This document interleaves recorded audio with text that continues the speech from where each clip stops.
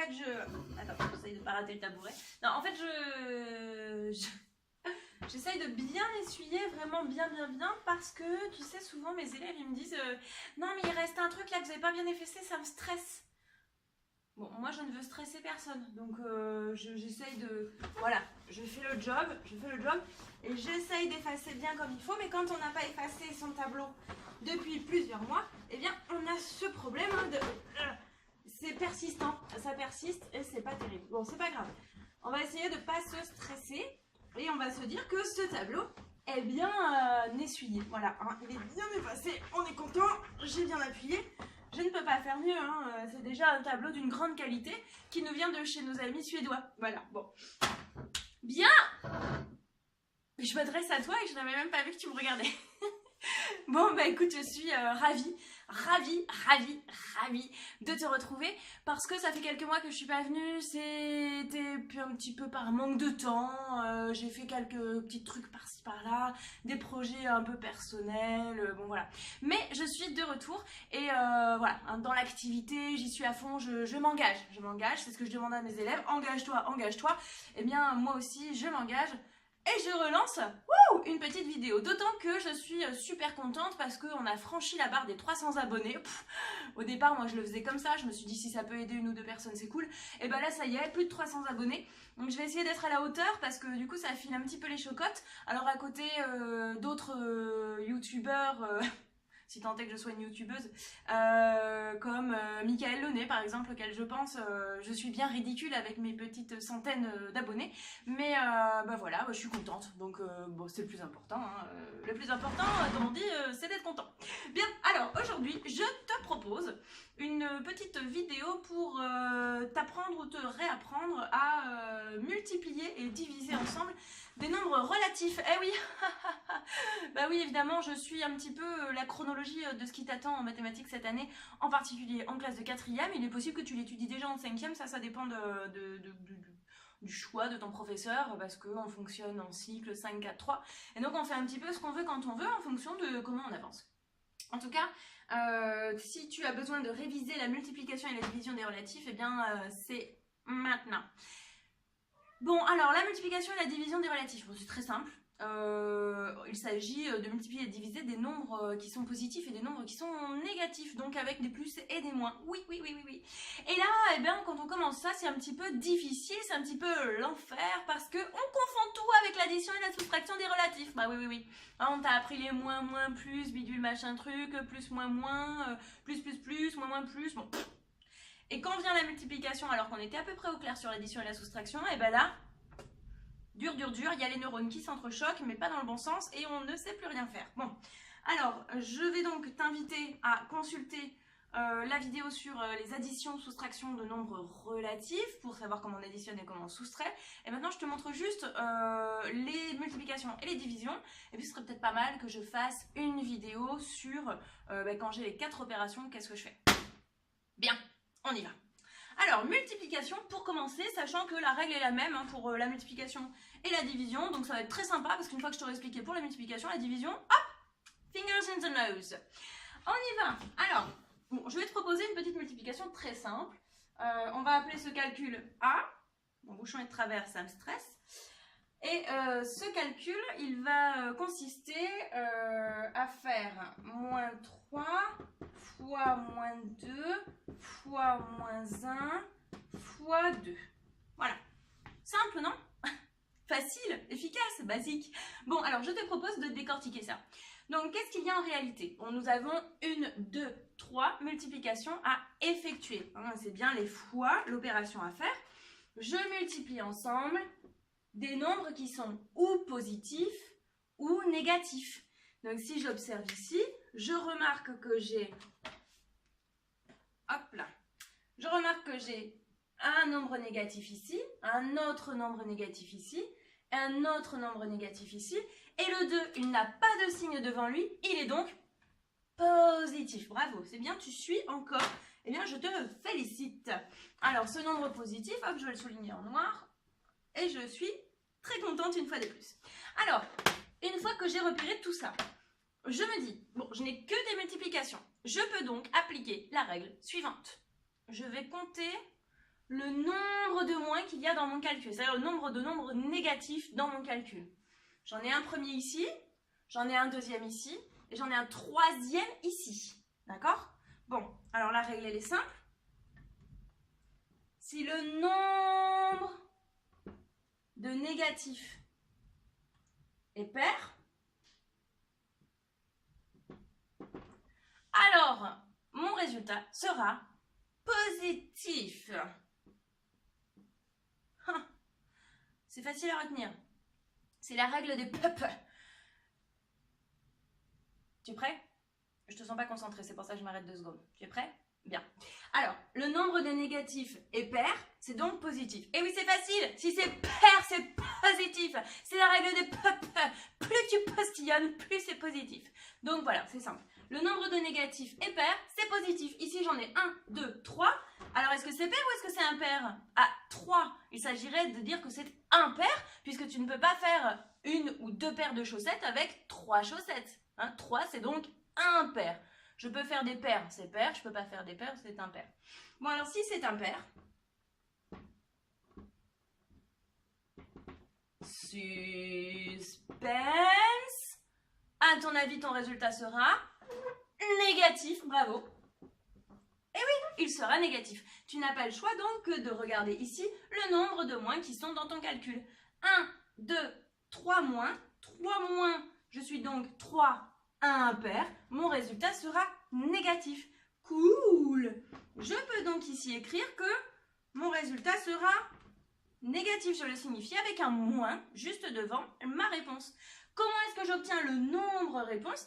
Eh bien, il ne me reste plus qu'à multiplier ensemble tous les chiffres qui apparaissent dans mon calcul. Je prends le 3, je le multiplie par 2, ça fait 6.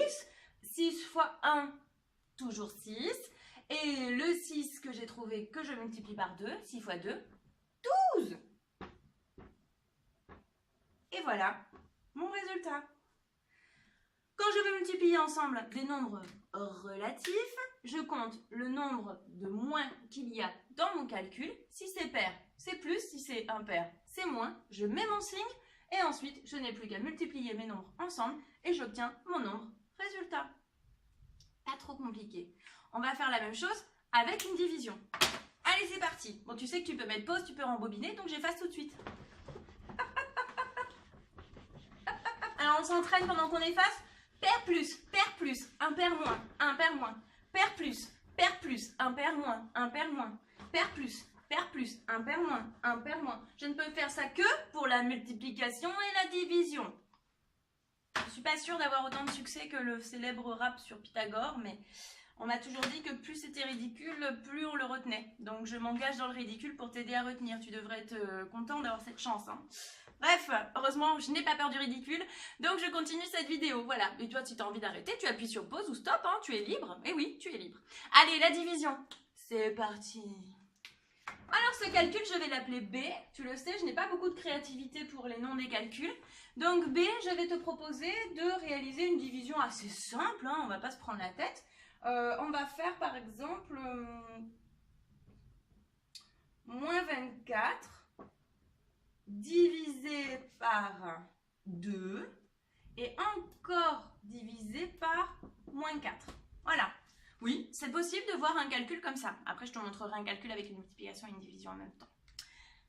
Ici, bon, la règle est exactement la même. Je n'ai que des divisés, donc je peux compter le nombre de moins déjà pour déterminer le signe de mon résultat. Je compte le nombre de moins. Il y en a un ici et 1 ici, d'accord? J'ai 2 nombres négatifs, le 2 étant positif puisqu'il n'a pas de signe devant lui.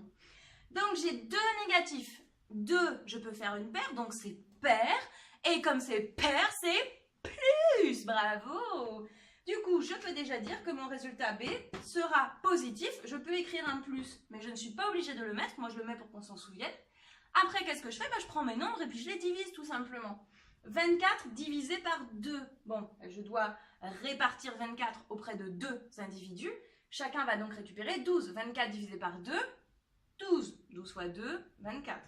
Donc j'ai 12 et mon 12, je dois le diviser par 4. Je ne m'occupe plus de mes signes puisque c'est déjà déterminé. Et donc 12 divisé par 4, il s'agit de 3. N'oublions pas, la division c'est une répartition équitable. J'ai donc 12 € que je répartis auprès de 3 personnes. Chaque personne récupérera, auprès de 4 personnes, pardon, chaque personne récupérera 3 €. Donc la réponse est plus 3. Voilà pour la division. Bon, c'est exactement la même règle en fait, hein, on ne se prend pas la tête. Attention, je répète, ça ne fonctionne que... Alors, là, ça n'est pas un tremblement de terre, c'est mon chat. C'est mon chat qui s'amuse avec le petit truc qui tient l'appareil. Non, non, non. Alors, on va demander à Ratatouille de se pousser. Attention Ratatouille, tu te pousses. Voilà, alors Ratatouille, je te présente tout le monde. Tout le monde, je te présente Ratatouille. Et Ratatouille, tu arrêtes de jouer avec la caméra. Voilà, bon. Je suis désolée pour ce contretemps. Ratatouille adore les maths, c'est comme ça. Bon bien, alors on reprend. Multiplication-division en même temps. T'es prêt? C'est parti. Hop, hop, hop. Alors souvent, on va te présenter ça sous la forme d'un quotient. Je te rappelle que le quotient correspond au résultat de la division. J'appelle mon calcul C et je vais te proposer un quotient à calculer.